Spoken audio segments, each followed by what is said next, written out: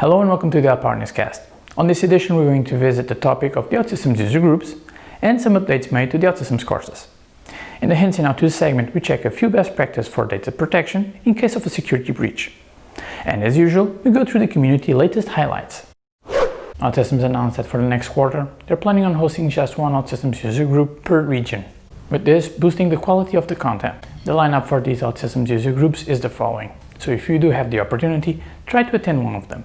For more information on this, you can reach the post at the link below.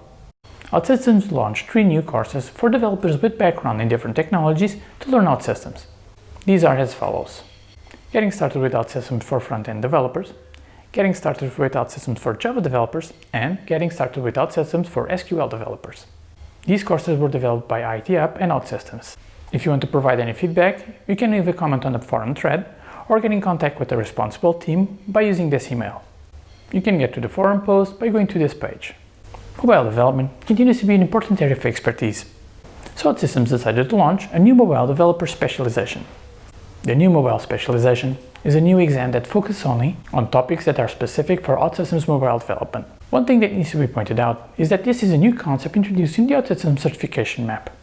It's a smaller exam that focuses on the necessary skills for a specific role or area of the product. These specializations will also change a bit the approach we have for the certifications. For example, achieving the Associate Reactive Developer badge is just the first step. After that, you'll have several specializations available. These will test specific areas of knowledge and expertise. Once you complete a certain group of specializations, you will achieve a certification badge. This means that the higher level of certification will be consist of smaller, more focused exams instead of a larger exam covering multiple topics. For more information on the specializations, please visit the forum post at the page below. Next, let's go over to Hints and How-Tos. With the ever-growing amount of data transfer between systems, nowadays more than ever, in today's landscape, it is not sufficient to reinforce the company's defenses, be it by improving the firewall, encrypting the data transmission, etc. It is necessary that we concern ourselves with the protection of the data from our users. The arrival of GDPR enforced this even more. With GDPR, it is necessary that we anonymize the data or remove some of the data collection that could identify the user.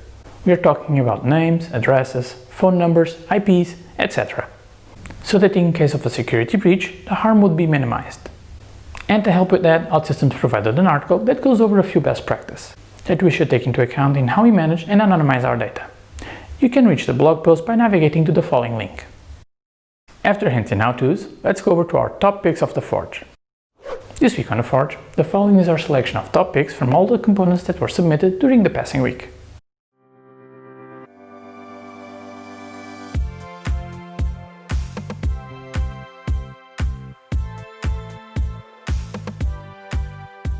Next, on to the idea of the week.